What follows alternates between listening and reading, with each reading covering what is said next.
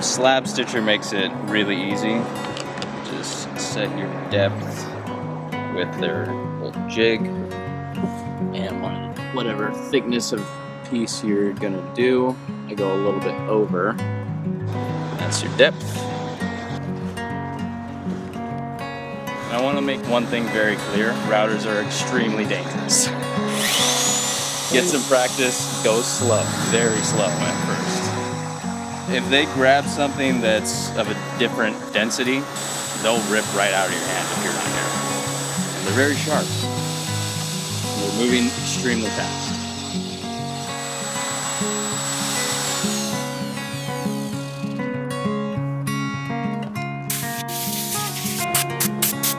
Really easy with this whole collet right here.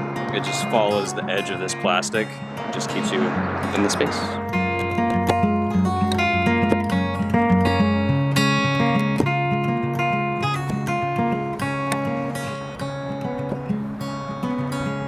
Always put more glue than you think you need.